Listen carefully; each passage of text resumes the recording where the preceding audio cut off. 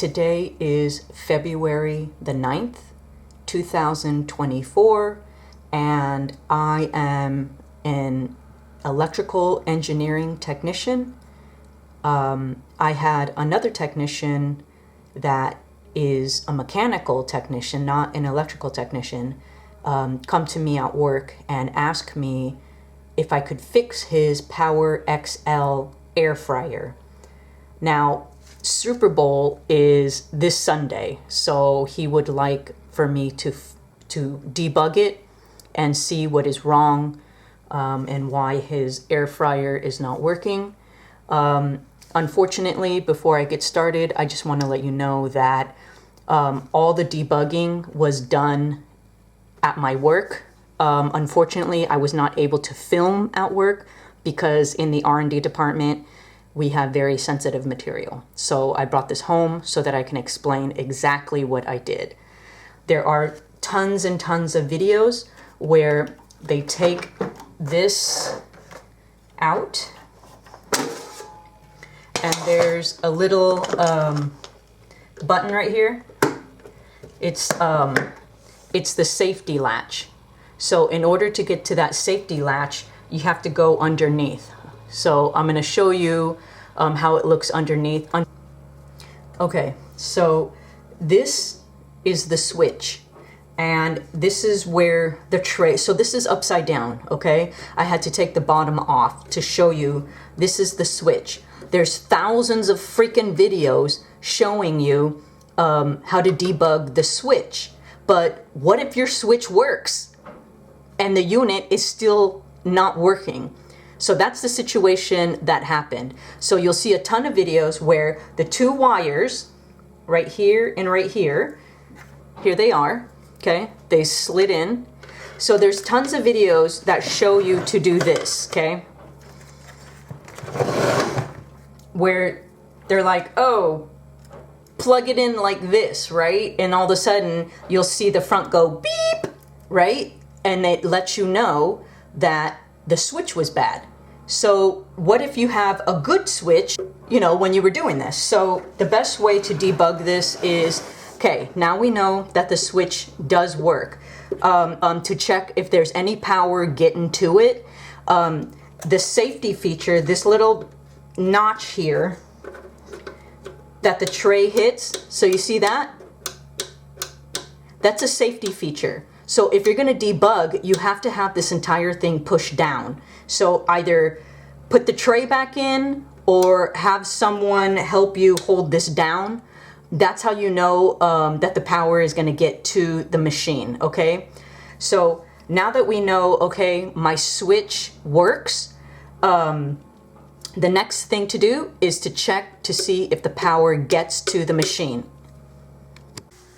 All right. Here is another way of testing a switch. If you don't like taking the wires and plugging them in, if you're a little scared about that, because once you plug the two wires in and you plug in your power cord, some people find that to be a little scary. But if you want to just unscrew the switch and you want to find out if the switch is working, grab yourself a digital multimeter. If you have one lying around, awesome. Go ahead and put it on the ohms. And I'm going to switch it.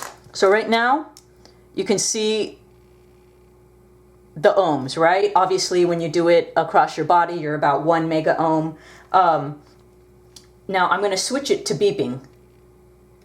Okay? So if I have something metal like this and touch it, it'll beep. That means there's continuity, okay? All right? So now what you do is you take one end, okay, and you take the other end, and this is, that's open. So now we want to close the circuit. There you go. This switch works. Okay, so that's another way to test if your switch works. If you guys are afraid of connecting those two wires and plugging in the air fryer, like I said, this is another way to see if it works, okay? Okay, so here's your power.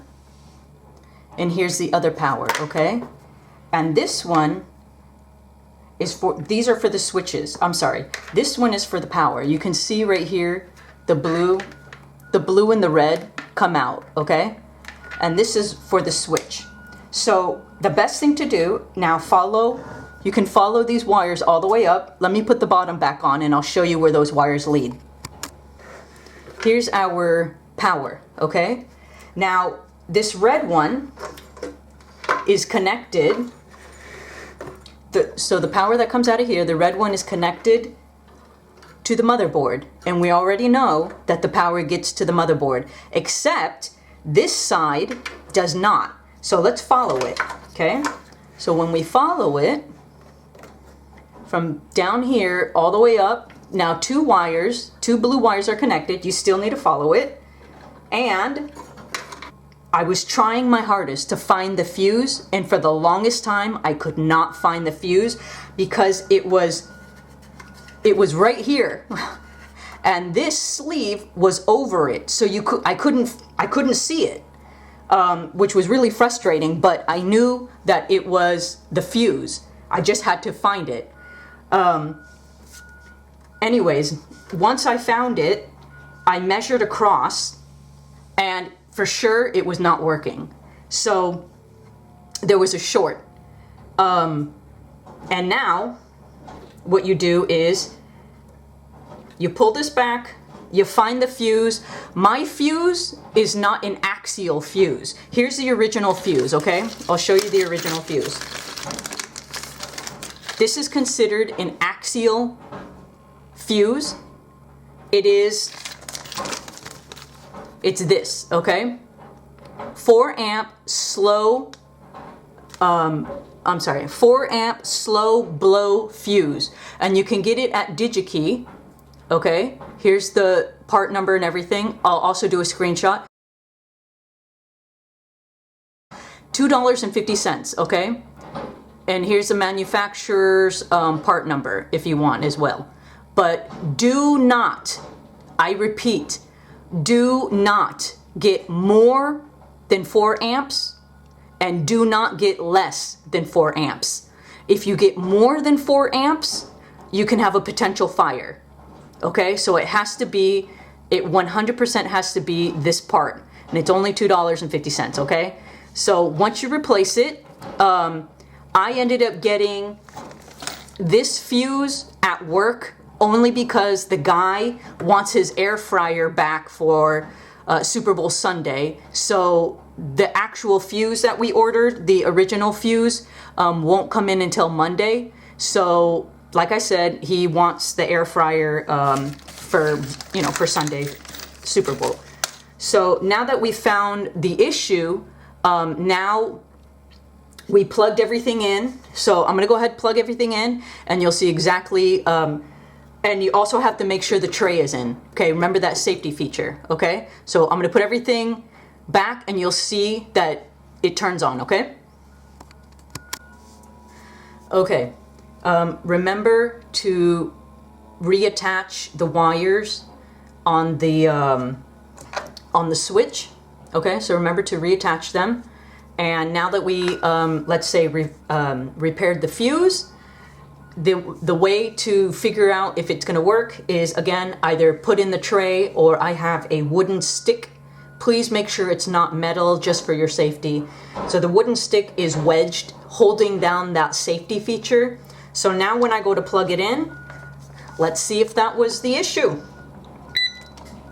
Haha, there we go. So if I turn that on, see, it's working. All right. That was the issue. So now you know where to go get a fuse, and make sure that you put this insulation over the fuse when you're done. The reason why is because it's a thermal type of heat shrink that keeps it from overheating onto the metal where it's screwed into. So it's just a safety thing. If for some reason you guys don't have, I don't know, for some reason you mess this up or whatever, you can get what's called Kapton tape. Kapton tape. It's not cheap, but it's electrical tape.